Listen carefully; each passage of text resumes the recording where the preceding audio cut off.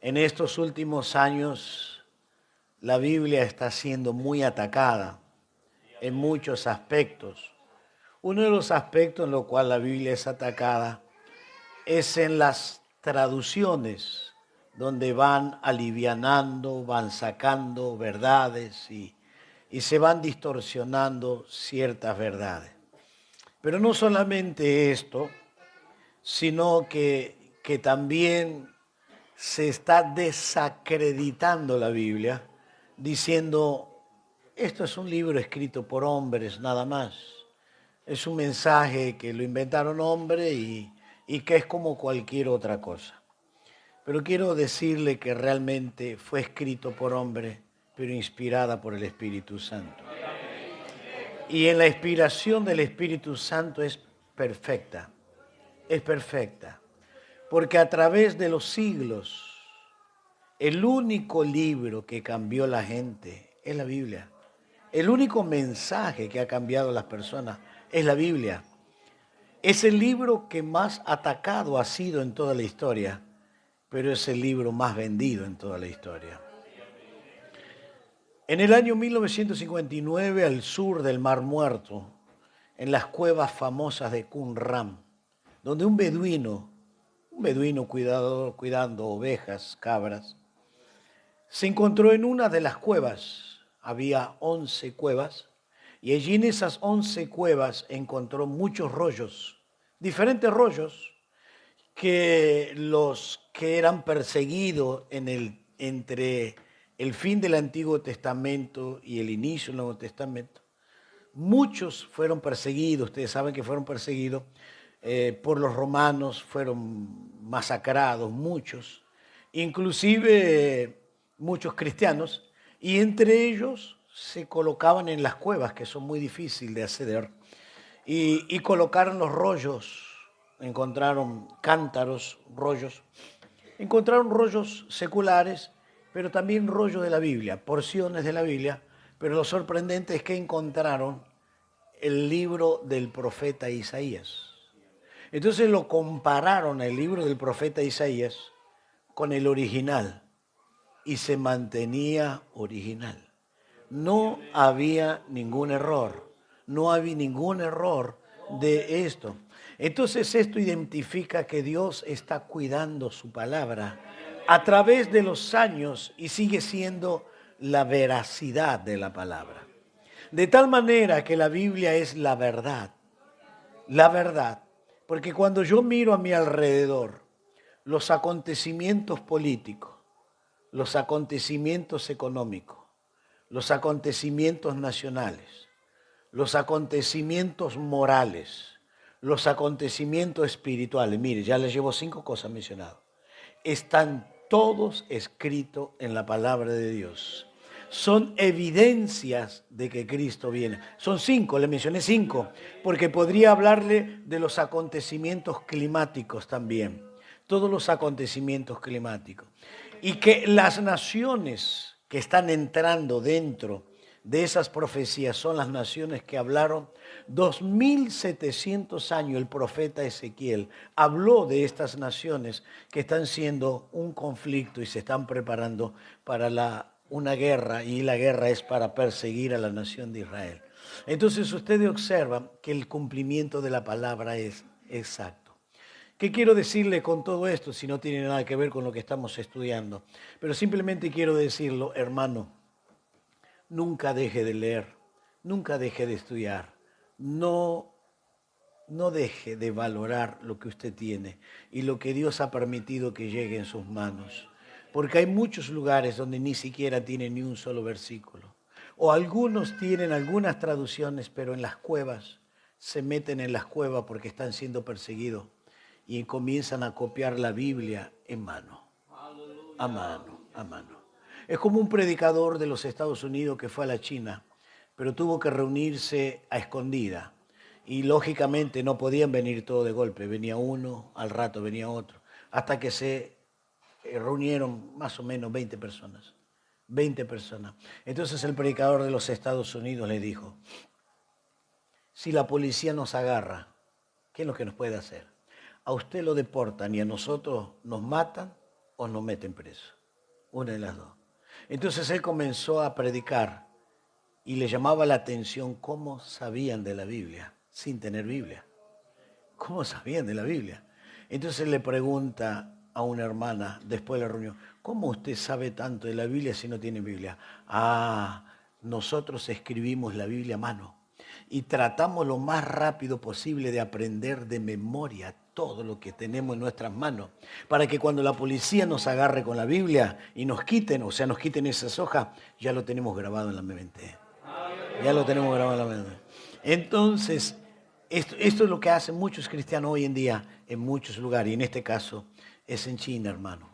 Qué privilegio que tenemos nosotros de tener la Biblia. Lamentablemente no la aprovechamos. Seguimos con el texto de Efesios capítulo 1. Simplemente quiero darle un pequeño repaso a lo que hemos estado mirando.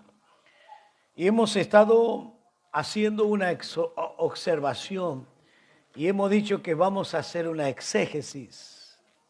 Una exégesis, ir palabra por palabra, letra por letra, frase por frase, tratando de ir sacando las verdades. Normalmente no se hace una exégesis porque uno tiene que saber mucho, o sea, del texto, porque tiene que mirar el contexto, tiene que saber la historia, tiene que saber el escritor, tiene que saber a quién le escribe, de dónde le escribe y qué verdad le está diciendo, etcétera, etcétera. Entonces, esto es hacer una exégesis, no simplemente estudiar el texto, sino mirarlo en el contexto histórico, mirar la situación política, mirar la situación del pueblo a quien recibe la carta y también quien le escribe. Por eso le hice una pequeña síntesis, si usted recuerda cuando comenzamos, que la escribió el apóstol Pablo, de dónde la escribió, su primer encarcelamiento, todo eso es importante, porque tenemos que saber, por ejemplo, la carta a los Filipenses la escribe Pablo. ¿Y de dónde la escribe? Desde la cárcel. ¿Y por qué es importante saber ese contexto histórico que Pablo escribe la carta de la cárcel a los Filipenses? Porque uno de los temas que va a abordar Pablo en la carta a los Filipenses es el tema del gozo. 11 veces repite el gozo. Y él dice gozaos, regocijaos, continuamente. 11 veces repite el gozo. Ahora imagínese una persona en la cárcel hablar del gozo. Está en la cárcel, pero le habla del gozo. Y le dice, gócense, regocíjense, alégrense en el Señor. Y todavía le dice, sean conocidas vuestras peticiones delante de Dios. El Señor guarde vuestros pensamientos y vuestros corazones en Cristo Jesús. Mire lo que esto le está diciendo Pablo desde la cárcel. Entonces usted está entendiendo lo que yo estoy tratando de explicarle, de lo que es vivir en el Espíritu y no vivir dependiente de las circunstancias que me están aconteciendo. Esto es conocer la verdad y conocer la verdad porque la verdad me lleva a ese nivel y vivir de tal manera que las cosas que me acontecen como cualquier ciudadano, pero con una gran diferencia, que yo vivo sobre la circunstancia. No me entristezco, no me enojo, no reniego, no critico. ¿Por qué? Porque estoy viviendo en otro nivel. Las prioridades mías no son las terrenales, son las espirituales. Pero para esto tiene que haber un proceso. Y el proceso que tiene que haber es morir a mí mismo. Morir. Y es lo que Pablo decía, con Cristo estoy crucificado. Ya no vivo yo, mas Cristo vive en mí. Eso es lo que tengo que llegar a ser, que Cristo realmente viva en mí.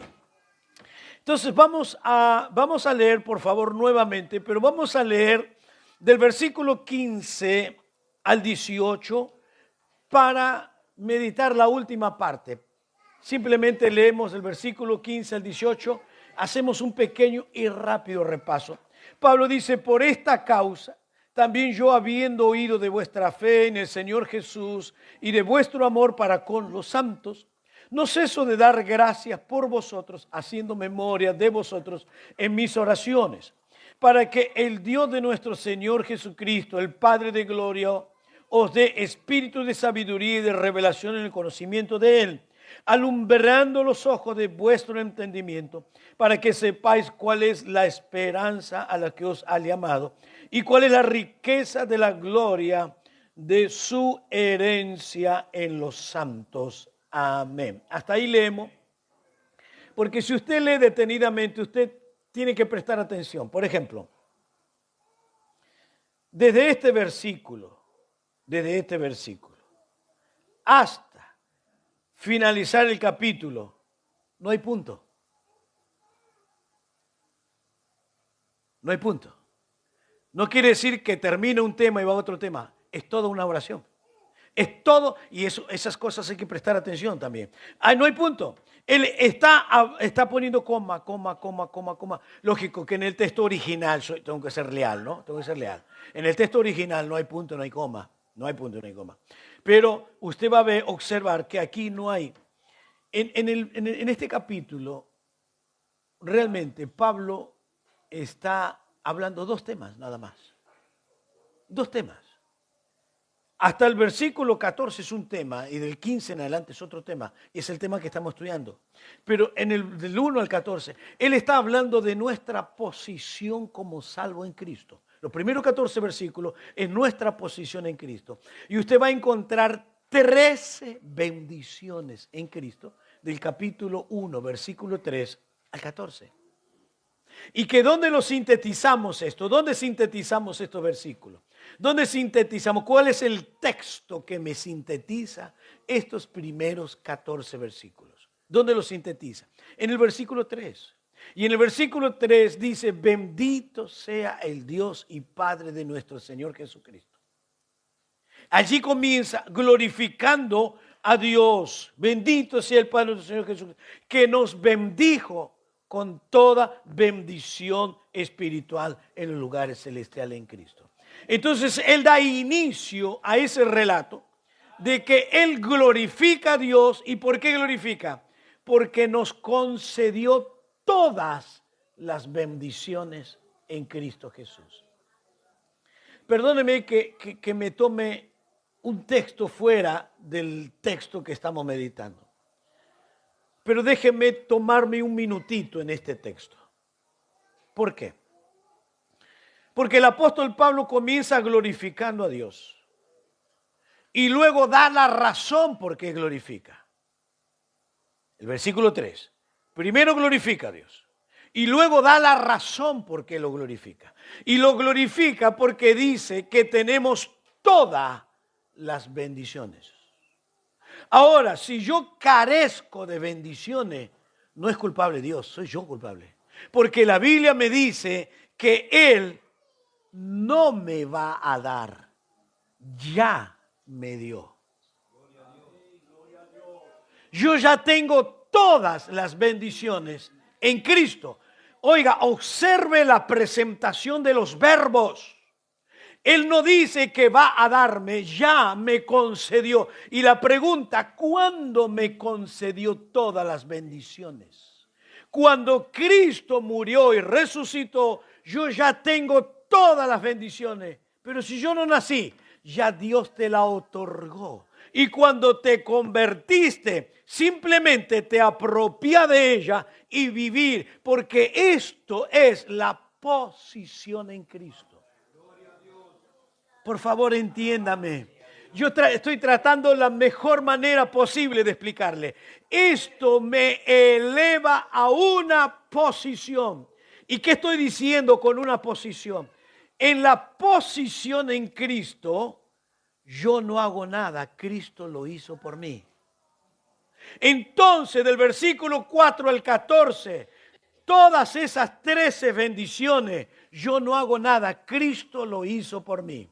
Ahora, la vida de santidad, la vida de crecimiento, la vida de victoria, ahora yo lo hago y Cristo respalda. Entonces yo para ser salvo, Él lo hizo. Ahora después de ser salvo, yo lo hago. Entonces yo tengo que entender que la posición en Cristo, Él lo hizo por mí. Yo no me puedo salvar, yo no me puedo redimir, yo no me puedo hacer hijo, yo no me puedo otorgar la entrada al cielo. Todo esto lo hizo Cristo en mí. Y después que yo entiendo mi posición, entonces yo tengo mi responsabilidad.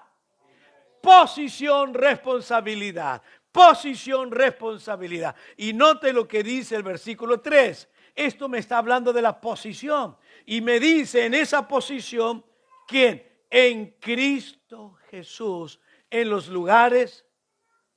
Eso es posición. Eso es posición. Eso es la posición. ¿A dónde me lleva Cristo? A los lugares celestiales en Cristo. Entonces, Él me redime. Él me traslada del reino de las tinieblas al reino de su amado Hijo. Y yo tengo una posición diferente. Yo tengo prioridades diferentes. Tengo metas diferentes. Tengo vida diferente. Tengo señorío diferente. Tengo valores diferentes. Todo es distinto. ¿Por qué? Porque tengo una posición. Esa posición. Ahora, si los cristianos podrían entender la posición. Vuelvo a repetirle, usted no hace nada por la posición Cristo. Lo que usted debe hacer es para crecer, para madurar. Y esto se lo puedo dar por un ejemplo. Y el ejemplo es el pueblo saliendo de Egipto. Ahora, ¿quién hizo las plagas? ¿Quién hizo los juicios? Lo hizo Dios a través de la vara de Moisés. ¿Qué hizo el pueblo? Nada. ¿Qué hizo el pueblo para salir? Nada. Entonces, para sacar el pueblo de Egipto, todo lo hizo Dios. Ahora, cuando ellos cruzaron el mar, la primera batalla tuvieron con los amalecitas. ¿Qué tenía que hacerlo? Ellos. Entonces ellos para salir no hicieron nada, lo hizo Dios. Usted para ser salvo no hizo nada, lo hizo Cristo por pura gracia, pero ahora usted debe hacerlo. Aleluya, hermano, y en esa posición, Dios me otorga bendiciones, muchas bendiciones, que creo que yo nunca llegué a estudiar todas las bendiciones que tengo en Cristo. Déjenme explicarle, no sé por qué estoy parando en esto, pero escúcheme. Yo les voy a explicar una cosa de mi posición en Cristo. Y espero que le quede muy grabado. Vaya a Colosenses.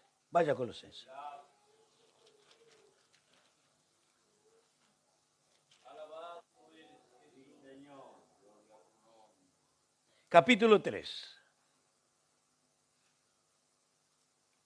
Vamos a leer del versículo 1 al 4. Colosenses 3, del 1 al 4. Por favor, preste la máxima atención posible. Si pues haber resucitado con Cristo. Paro ahí,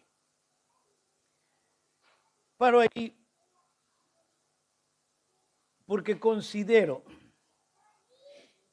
que nuestro lenguaje no calza correctamente como está escrito en el original. Porque cuando yo leo estas palabras, sí, pero ahí la coma me da otra connotación. Si no hubiese coma, yo interpretaría mal el texto. Sí, coma, pues haber resucitado.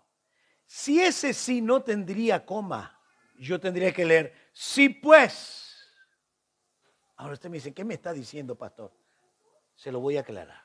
Sí, es una palabra afirmativa, por eso hay una coma, afirmativo. Sí, afirmativo. Pues haber resucitado. Entonces esa palabra es afirmativo, no es duda. Porque si yo no tuviese la coma, sí pues, si yo tuviese la coma solamente pues, entonces me estaría diciendo si has resucitado, como duda, como una duda. Pero no es duda. En el texto griego quiere decir como habéis resucitado. Es afirmativo, como habéis resucitado. No coloca en duda. Por eso está la coma, sí, haber resucitado, sí. Entonces luego explica lo que él está afirmando. Primero afirma y después explica lo que afirma. Y entonces, ¿qué es lo que está afirmando? Sí, pues haber resucitado con Cristo y empieza a explicarme las verdades eternas. ¿Y qué verdad eterna? Buscad las cosas de arriba. Esa es una. Donde está Cristo sentada a la diestra de Dios. Dos. Y ya le voy a explicar por qué le leo este texto. Porque yo le estoy tratando de explicar la posición en Cristo. No se olvide, la posición en Cristo. Oiga, poned la mira en las cosas de arriba, no en las de la tierra. Poned la mira.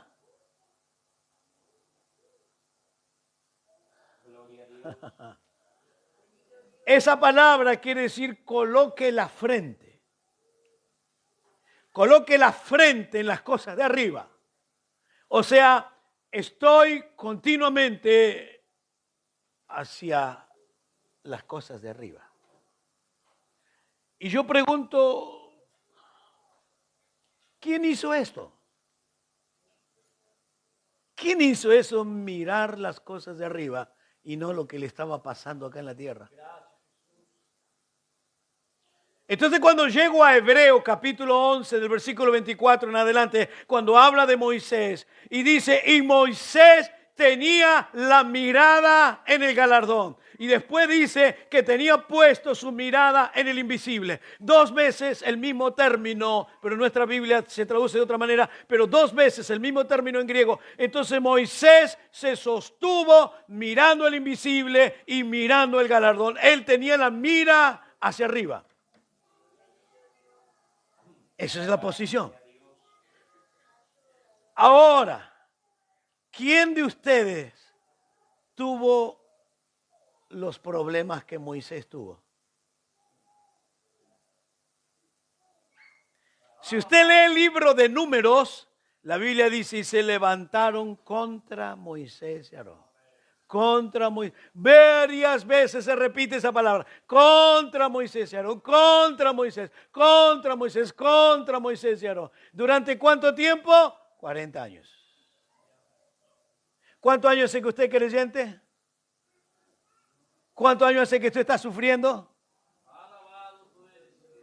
Entonces, si no está sufriendo como Moisés, entonces tiene para rato, sigue para adelante. ¿Por qué? ¿Y por qué siguió Moisés? ¿Por qué siguió Moisés? Porque él tenía la mirada arriba, tenía la mirada de galardón y no lo que estaba a su alrededor. ¿Y por qué yo fracaso? Porque no tengo la mirada arriba, la tengo la mirada abajo. Es simple, es muy simple la cosa, es simple. ¿Usted está o no está? ¿Usted es espiritual o es carnal? ¿Me entiende? Ahora, pero todavía no llegué a la palabra que quería compartirle. Por favor, seguimos. Para mostrarle la posición. Observe la posición. Versículo 3. Porque habéis muerto. Es afirmativo. Es afirmativo. No dice, algún día vas a morir. No, estás muerto. Habéis muerto, estamos muertos. ¿En qué? En la carne. En el viejo hombre, en la vieja naturaleza. Habéis muerto. Y vuestra vida, ¿cómo está? Está escondida. ¿Dónde está escondida? No me cambie la palabra. Con, esa palabra con importante, porque acuérdese que yo le hablé lo que es con, comunión, comunidad, cónyuge, eso es inseparable. ¿Dónde está? Escondida con Cristo. ¿Lo entendió? Ahora vamos a ver si lo entendió verdaderamente. ¿Está escondida con Cristo? Ahora la pregunta, ¿y dónde está Cristo? ¿Dónde está Cristo? Jesús está a la diestra de Dios. ¿Y mi vida dónde está entonces? ¿A dónde estoy yo? Con Cristo, ¿dónde estoy? En la diestra de Dios. ¿Y eso qué? Eso es posición. Es la posición. Estoy en los lugares celestiales. Estoy a la derecha del Padre con Cristo, con Cristo. ¿Dónde estoy? En los lugares celestiales. No tengo razón por qué enojarme. No tengo razón por qué sufrir. Porque está escondida con Cristo.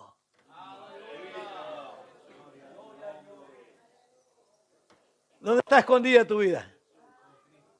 No, bueno, no iba a decir una cosa, pero ¿está escapando de las deudas? No. ¿Qué es lo que está escondida con Cristo? ¿Qué es lo que está escondida? ¿Qué me dice el texto? No, mi vida. Vida. Hay 3 palabras en la Biblia donde se usa para el término vida. Y cada una pertenece a una específica determinación. Una de las palabras que se usa la palabra vida es bio. Y de ahí viene la palabra biología. Entonces usted tiene bio hoy. Por eso usted está acá. Porque eso es un ser vivo. Bio. Después está la otra palabra, la palabra psicológica, que tiene que ver con la psiquis. Usted es un ser pensante, emocional y determinante. Pero ahora viene la tercera palabra, y es la que usa Pablo aquí, es Zoe.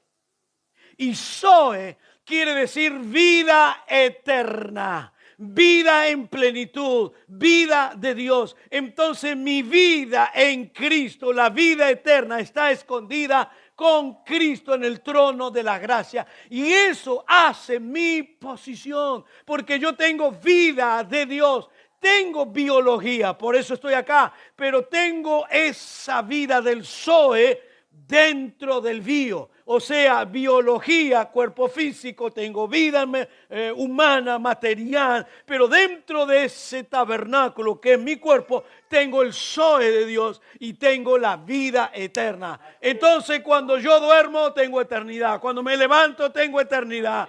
Tengo eternidad continuamente, el eterno.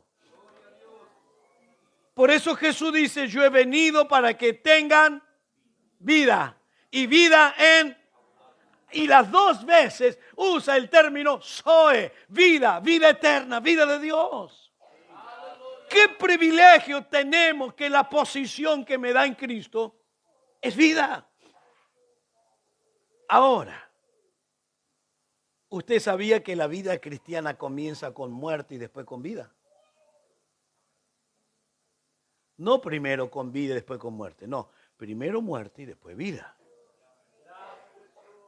Con Cristo estoy muerto, crucificado, juntamente con Él, para que Cristo viva en mí. Entonces, ¿cómo comienza? Con Cristo. Estoy crucificado, estoy muerto, para que la vida de Dios se manifieste. Si yo no muero, yo no vivo.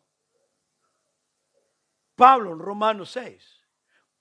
Estamos con Cristo sepultado y con Cristo resucitado. Primero muero, después vivo. Pero hay algunos que no murieron. Espero que acá estén todos muertos. Estén todos muertos acá. Esté muerto, pero estamos refiriendo muerto a la vieja naturaleza, a los viejos pensamientos, a las viejas obras, a las viejas actitudes, etc. Estar muerto. Y esa es la posición. Es la posición que yo tengo en Cristo Jesús. Bien, habría muchas cosas para hablar de Efesios, el capítulo 1. Imagínense, hay 13 bendiciones. Y él lo sintetiza en el versículo 3. Bendito sea el Dios y Padre, nuestro Señor Jesucristo, que nos bendijo con toda bendición espiritual en Cristo. Esto es la posición, la posición. Y hemos resaltado la palabrita para. Espero que no se le olvide ahora. Cuando lea la Biblia, preste atención en el término para. Es el propósito inmediato, y en el versículo 17, para que el Dios de nuestro Señor Jesucristo, el Padre de gloria, os dé, entonces nos dé, para que nos dé. Yo les explicaba que la palabra para es inmediatamente, inmediato. Y el término afín es lejano. El inmediato para. Entonces nos da 4 cosas. ¿Quiere que le dé un ejemplo? Le voy a dar un ejemplo más. Yo ya le di el ejemplo, pero quiero darle un ejemplo más. El del versículo 2:10. ¿Se acuerda? Que somos hechura suyo, creado en Cristo ¿Para qué? Para el propósito. Siempre, hermanos, escúchenme en esto. Siempre, cuando aparece la palabrita para, hay una verdad doctrinal antes. Hay una verdad doctrinal. Y esa verdad doctrinal me lleva a un objetivo. Siempre. Entonces, cuando usted lee la palabra para, antes de leer la palabra para, presta atención a lo que dice antes. Porque eso, lo que está antes, me lleva al propósito. Me lleva al propósito. Y se lo quiero aclarar para que usted vea lo que estoy tratando de explicarle.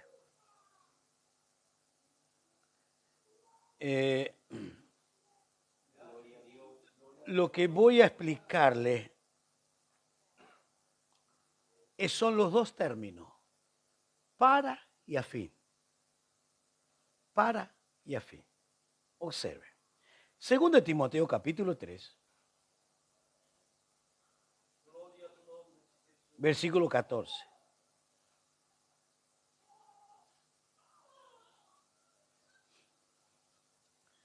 ¿Es bueno estudiar detalladamente la Biblia o no? Es bueno entrar en esos detalles que a veces ni siquiera prestamos atención, ¿no? Pero nos da la riqueza. 2 Timoteo, pero persiste tú en lo que has aprendido y te persuadiste sabiendo de quién has aprendido. Y que de la niñez has sabido las sagradas escrituras, las cuales te pueden hacer sabio. ¿De qué me está hablando? Las escrituras. ¿Qué tengo antes de la palabra para? Las escrituras. Las escrituras. Y entonces me pueden hacer sabio. ¿Para qué? ¿Para qué me hace sabio? ¿Para qué yo preciso las escrituras? Y aquí vienen los para. Observe. Para salvación, por la fe que está en Cristo Jesús. Entonces, ¿por qué yo preciso la escritura? ¿Para qué? Para la salvación. La salvación. El propósito de la salvación. Ok. Ahora les voy a leer el otro término, el término afín. Afín. Es el término más lejano. Ok. Vamos a leer de nuevo. El versículo 16 dice, toda la escritura es, primero, inspirada por Dios. 2, útil para enseñar. 3, para redarguir. 4, para corregir. 4, instruir en justicia. Todas esas cosas es las escrituras. ¿Cómo comienza el versículo 17? ¿A dónde me lleva las escrituras? ¿Hacia dónde? Es el objetivo más lejano. ¿A fin de qué? De que el hombre de Dios tenga 2 características. 2 características. ¿Cuál es la primera característica? ¿Y qué más? Y preparado para toda buena obra. Perfecto y preparado. Ahora tengo que explicarle que la palabra perfecto no quiere decir sin defecto. La palabra perfecto, de las veces que aparece en la Biblia, significa maduro, una persona madura, a una persona que llegó a un nivel de madurez. Entonces la escritura, ¿dónde me lleva? A la madurez. Y si no tengo escritura, ¿soy maduro? No. No. Entonces, ¿para qué está la escritura? ¿A fin de qué? ¿A dónde me lleva la escritura? ¿A dónde me lleva? ¿A qué nivel me lleva? A ser maduro. Maduro. ¿Y qué más? ¿Qué más? Dice enteramente preparado para toda buena obra. Y la palabra preparado, la palabra griega es artizo, con Z. Artizo. ¿Qué quiere decir? Es ese término artizo. Es equipado para el servicio. Esa palabra artizo se usaba para varias cosas. Una de las cosas era para un viajante. Entonces se examinaba, este va a viajar lejos y tiene equipaje, tiene alimento, tiene abrigo, entonces tiene todo. Entonces se lo consideraba artizo, equipado para el viaje, está equipado.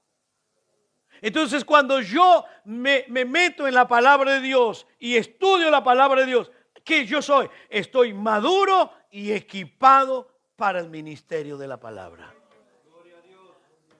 Se da cuenta que antes del término para y antes del término a fin aparece una verdad, una doctrina. ¿Y qué es? La palabra. ¿Y a dónde me lleva? Para o a fin. ¿A dónde me lleva? A un propósito. ¿Y a dónde Dios me quiere llevar? ¿A qué propósito? Ahí están las razones. El término para y a fin.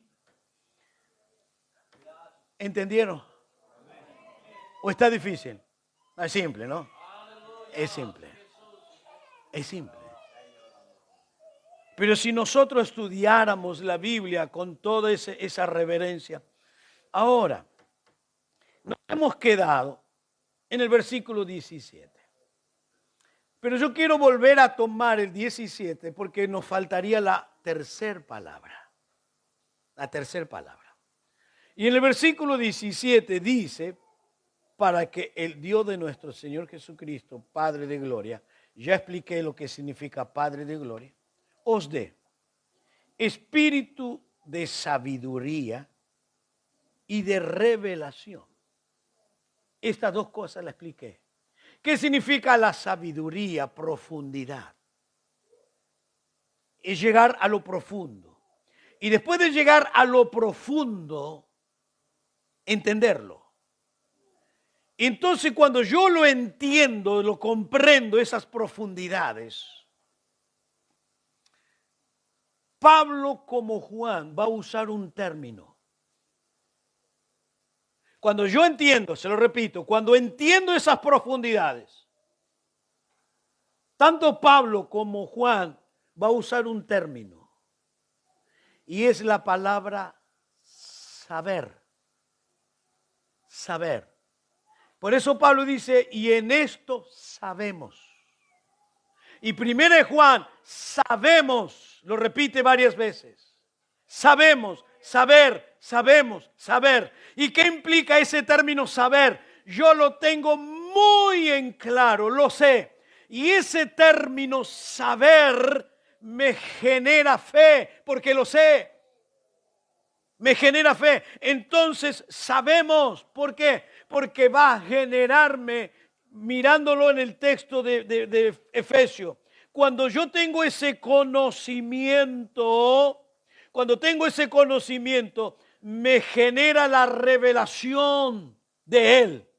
Y luego de generarme la revelación de Él, puedo vivir con sabiduría. Se lo voy a explicar de atrás para adelante. Yo personalmente creo que Pablo muchas veces escribe así. Él va escribiendo desde afuera hacia adentro. Entonces yo tengo que ir desde adentro hacia afuera para que entendamos. Entonces vamos a tratar de entender el versículo 17. Porque Pablo escribe desde atrás para adelante. Entonces vamos a mirar estas tres palabritas desde el final hacia el principio. Entonces Pablo dice que yo tengo que tener el conocimiento de ¿quién? De Él. Entonces la primera cosa que viene a mí es el conocimiento. Entonces después del conocimiento, ¿qué ocurre? La revelación, se me abre el velo y lo conozco. Después de conocerlo, entonces cuando lo practico paso a ser sabio. ¿Vio que lo hice al revés? El conocimiento, la revelación y la sabiduría. Entonces yo conozco, yo tengo la revelación de Él y practico la sabiduría. Entonces Pablo está orando, hermano, yo oro a Dios por usted. En primer lugar, que usted tenga conocimiento.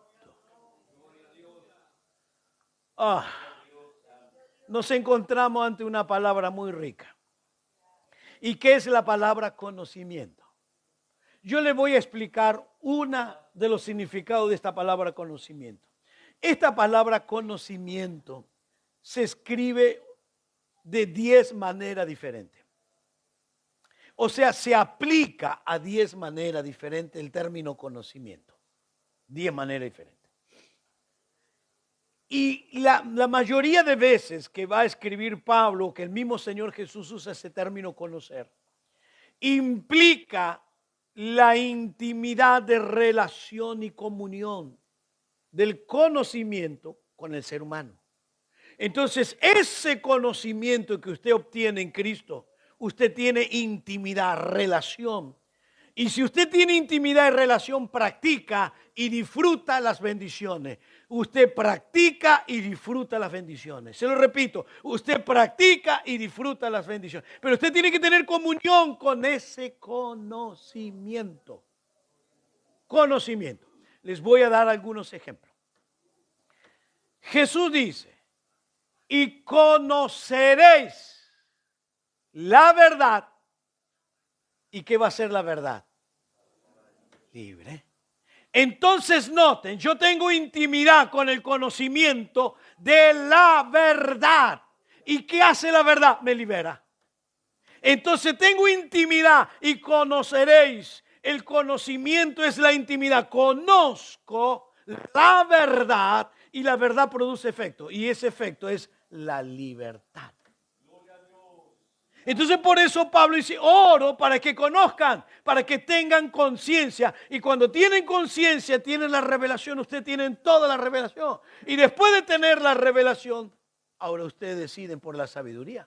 Ustedes la practican. Otra vez, tantas veces usa la palabra conocimiento, ¿no?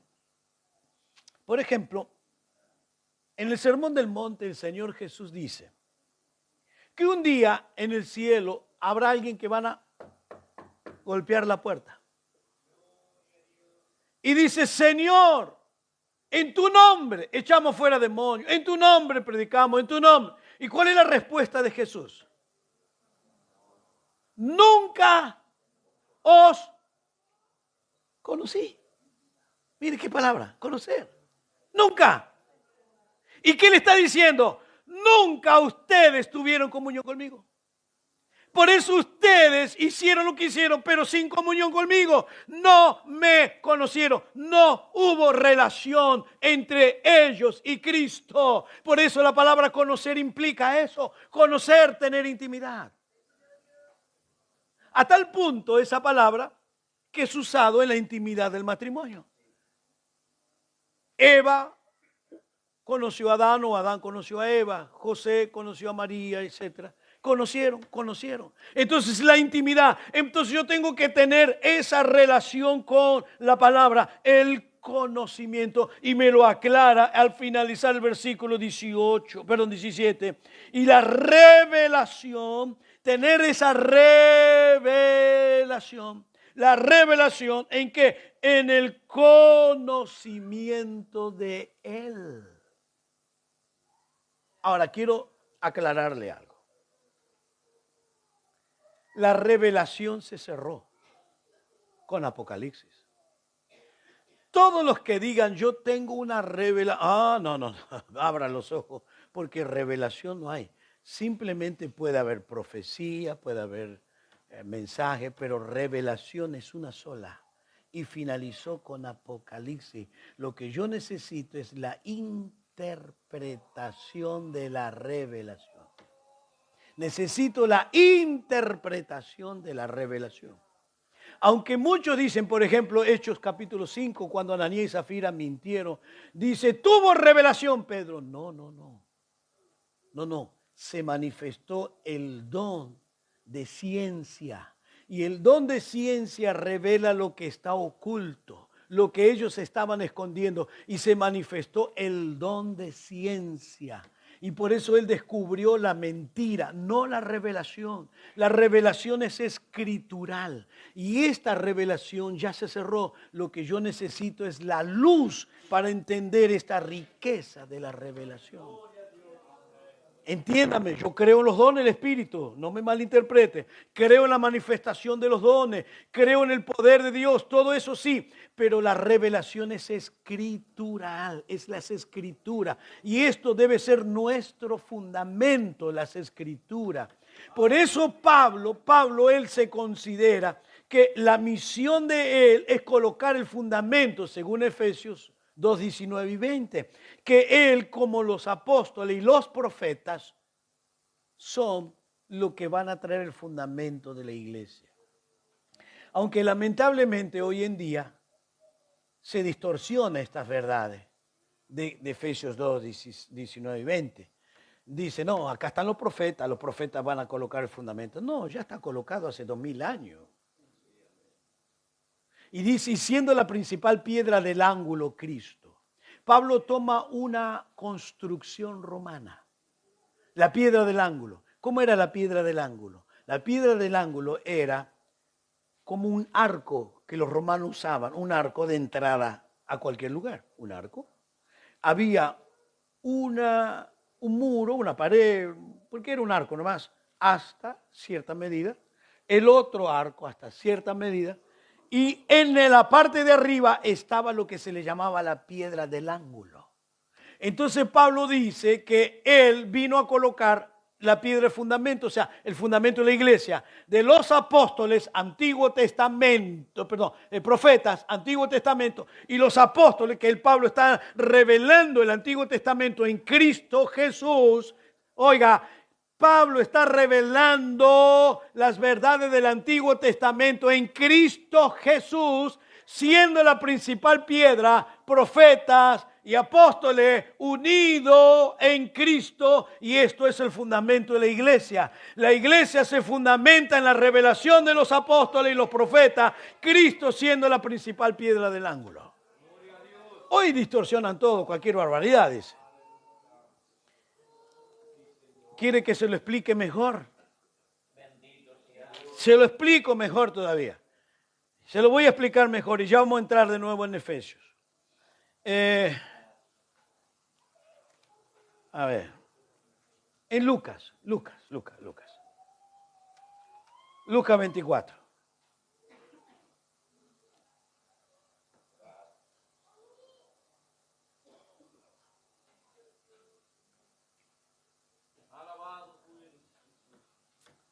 Qué bueno es volver a la palabra. Yo abrazo la palabra y muchas veces lloro con la palabra y agradezco por esta revelación. Lucas 24, versículo 44.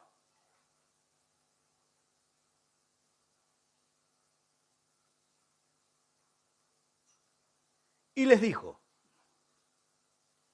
estas son las palabras que os hablé estando con vosotros, que era necesario que se cumpliese todo lo que está escrito de mí.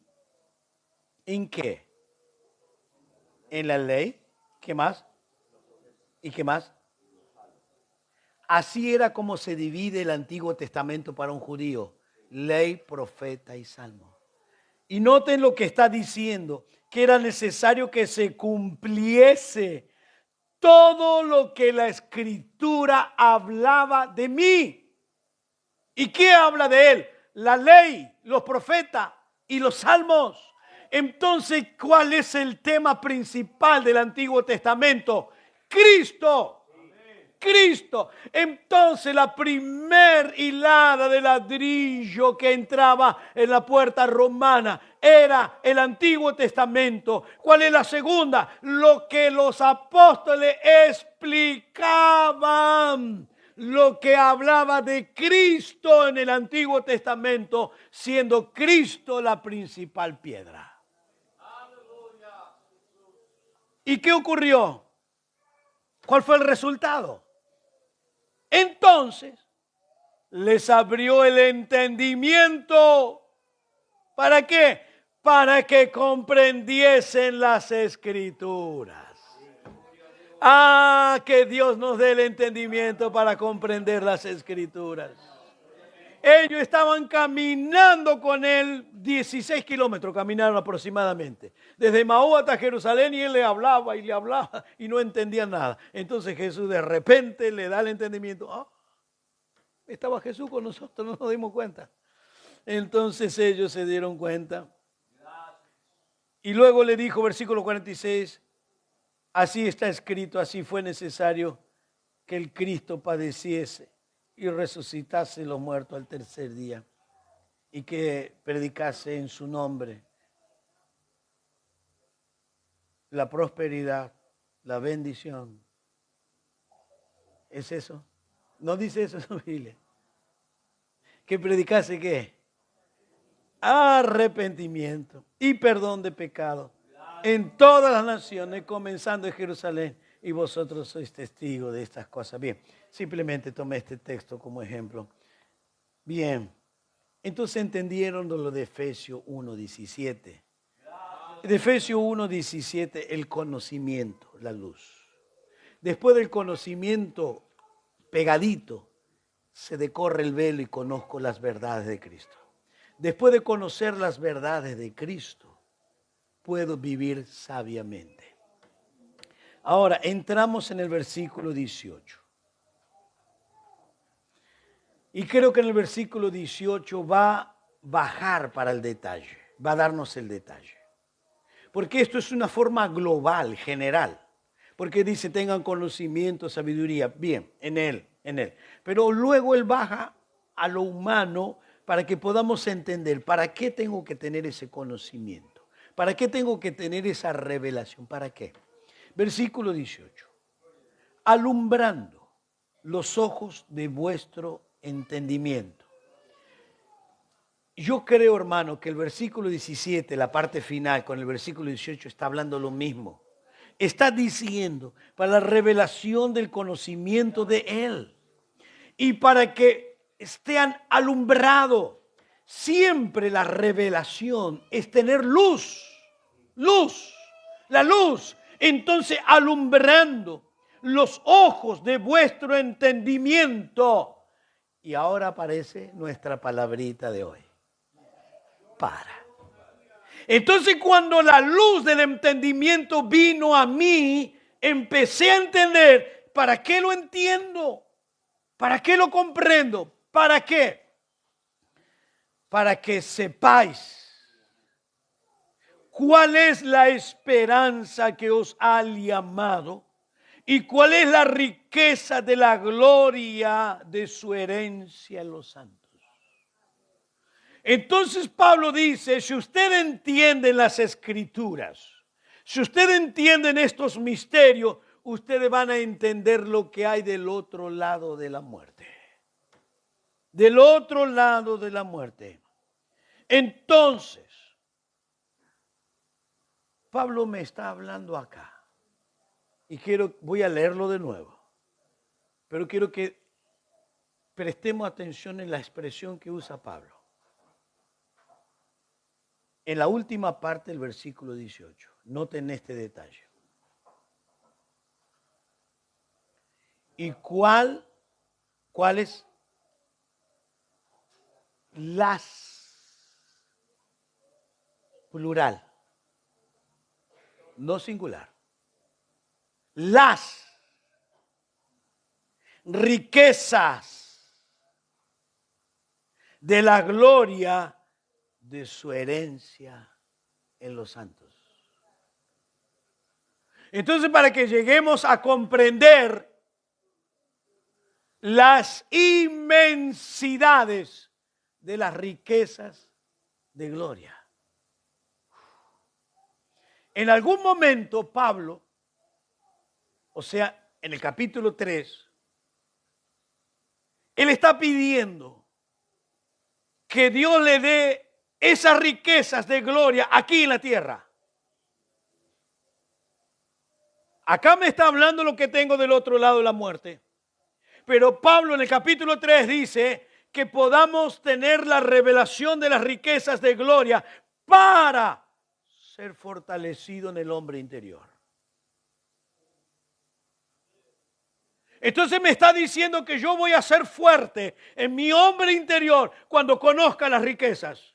Pero Pablo en el capítulo 3, él dice, cuando yo entienda la riqueza que ya tengo acá en la tierra, no solo más allá, sino aquí. Entonces esto me lleva a preguntar, ¿qué riqueza de gloria hay allá que yo tengo acá ahora? ¿Qué riqueza de gloria hay después de la muerte que yo puedo disfrutar aquí en esta vida? Y que eso me va a hacer fuerte.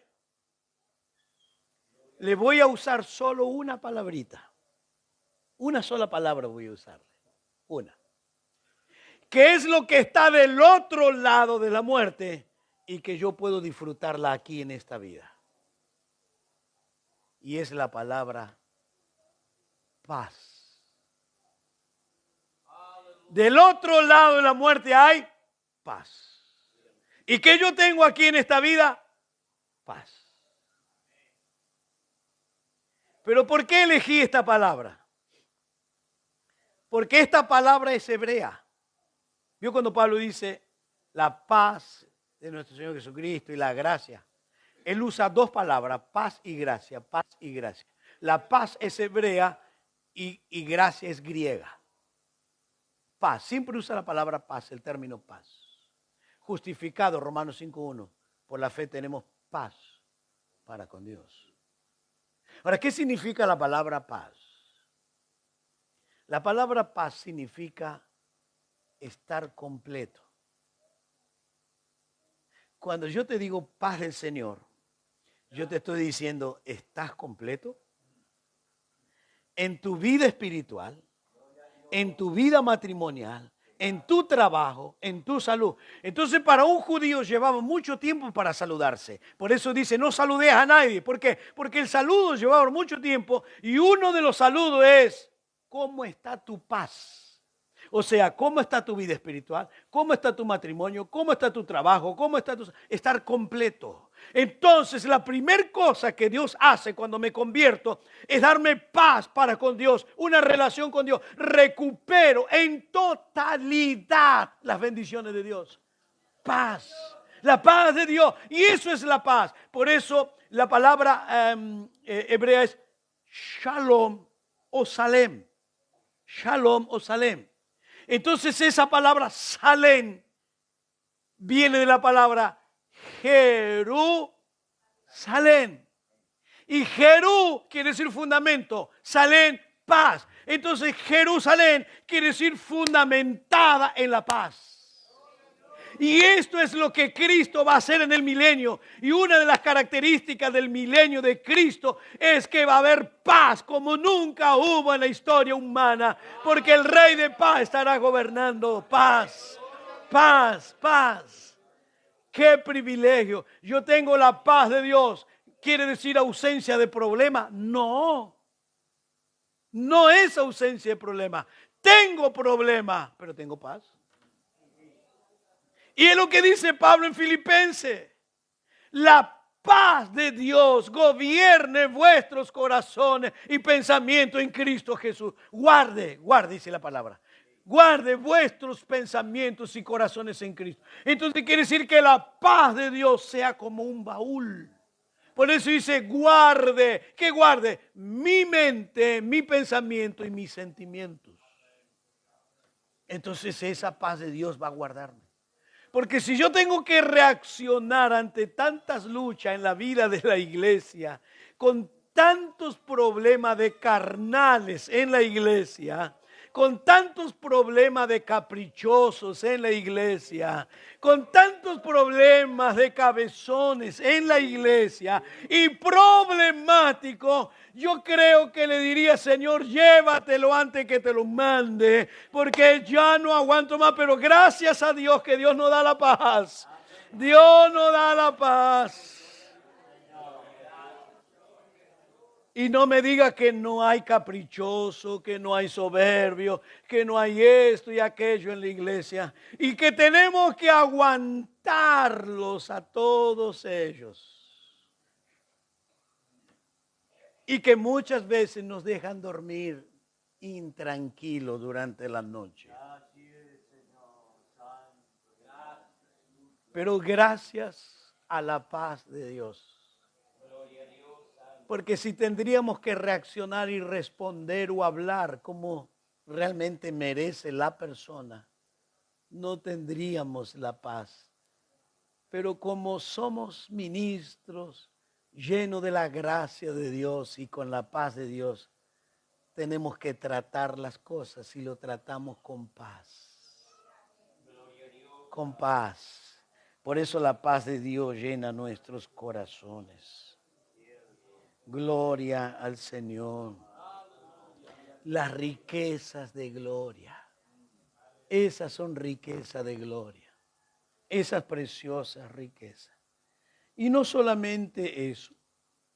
En el versículo 19 del capítulo 1, ahora Pablo va a mencionar esas riquezas que tenemos ahora, acá. Acá, en esta vida. ¿Y qué dice el versículo 19? ¿Cuál la superminente grandeza de su poder? Recuerde que Pablo está orando, ¿ok? Él está orando. Entonces le está pidiendo que Dios le dé sabiduría, que Dios le dé toda esta riqueza. Y también en el versículo 19 dice, ¿y cuál? Le está diciendo como algo más ustedes tienen. ¿Y qué es ese algo más? ¿Cuál? La superminente. ¿De qué está hablando? Superminente. Quiere decir que esa superminente es lo máximo de lo máximo. Y que sea revelada para nosotros. Y yo creo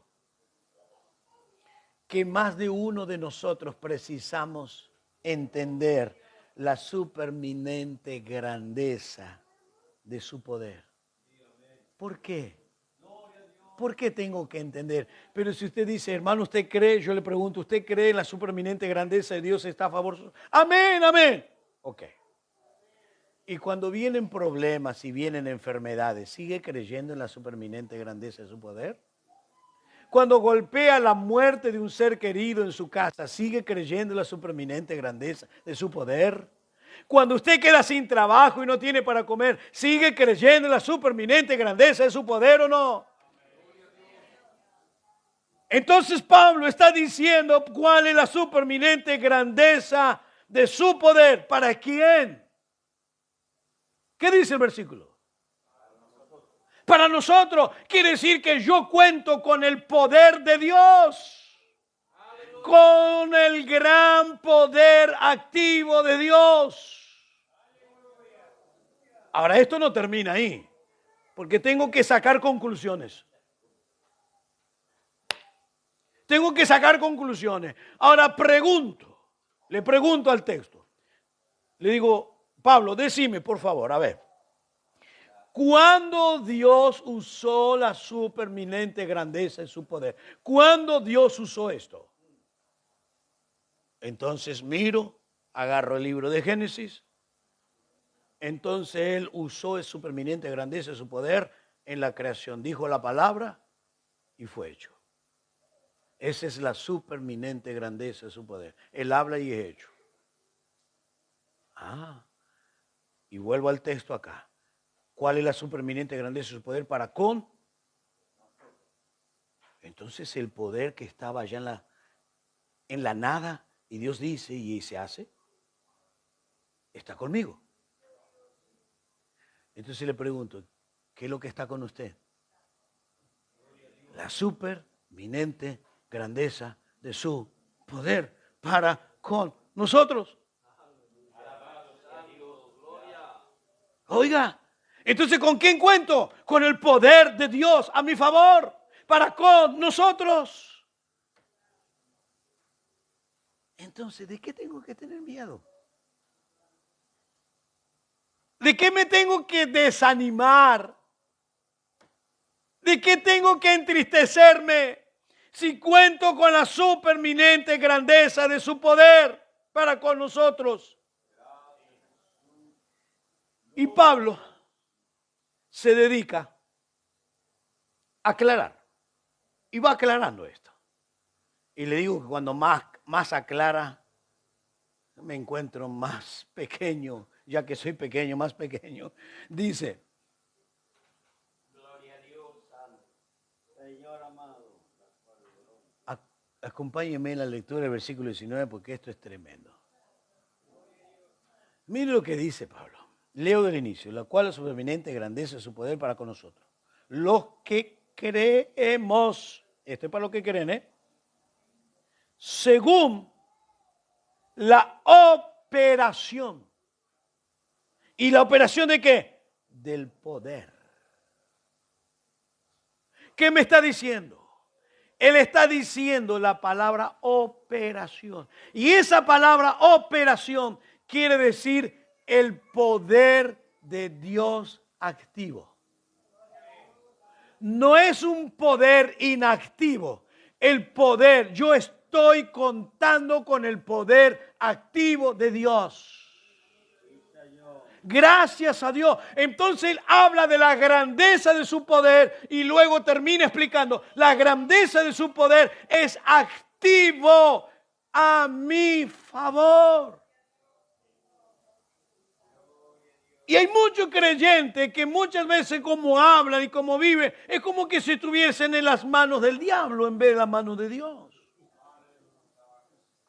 Y aquí me dice que yo tengo que contar con la superminente grandeza de su poder para con nosotros, la cual opera, se manifiesta. ¿Usted recuerda cuando Satanás vino ante Dios y le dice, Job, él es fiel porque tú lo guardas? Entonces esto me demuestra la limitación del diablo. ¿Por qué? Porque Dios lo está guardando. Y él no puede quebrar la protección de Dios si Dios no se lo permite. Porque Dios lo cuida. Y si lo cuidó a Job, te va a cuidar también a ti. No hay duda. Por eso el poder de Dios nos cuida. Gloria al Señor. En realidad, dentro del versículo 19 aparece 4 veces la palabra poder con sus sinónimos. 4 veces la palabra poder con su sinónimo. Y dice en el versículo 19, la cual es la supereminente grandeza de su, primero, poder. Con nosotros, los que creemos en la operación de su, con nosotros, que creemos en la operación, esa otra palabra, otro sinónimo, segundo. Tercero, de poder, tercera palabra. Y la cuarta, que es el sinónimo de su fuerza, que también tiene que ver con el poder, su fuerza, su acción poderosa, su poder. 4 veces usa el término poder y él dice que está a nuestro favor. Aleluya, Jesús. Hermanos, yo no tengo otras palabras para explicárselo mejor, pero una cosa, yo tengo que salir diferente de acá.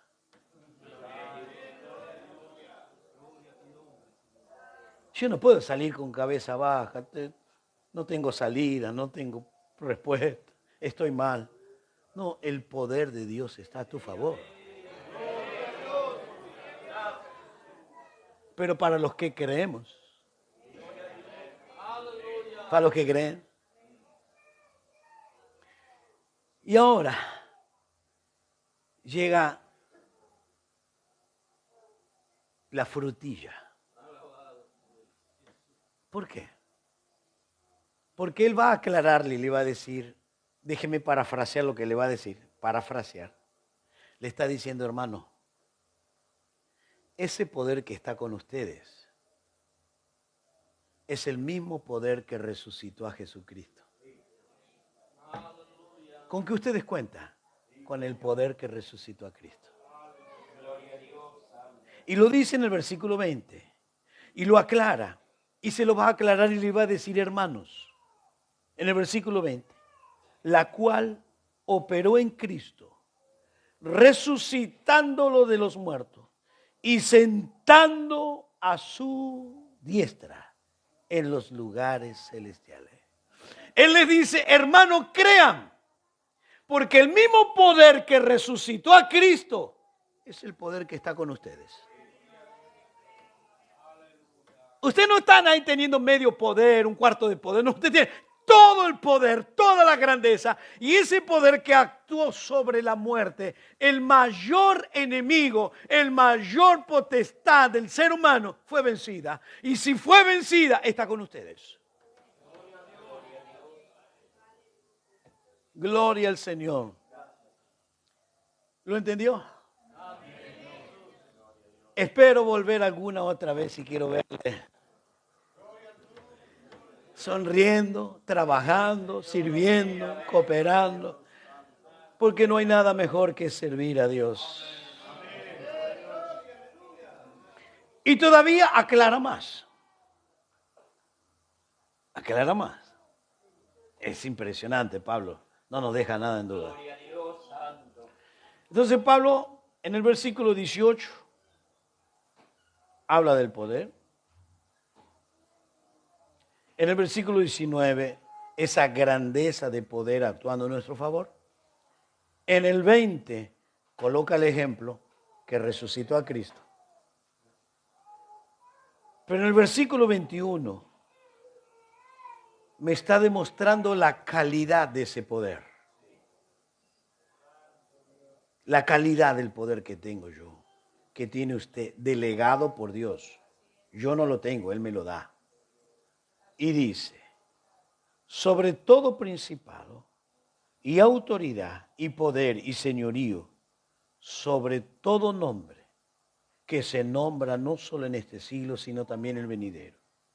Y sometió todas las cosas bajo sus pies.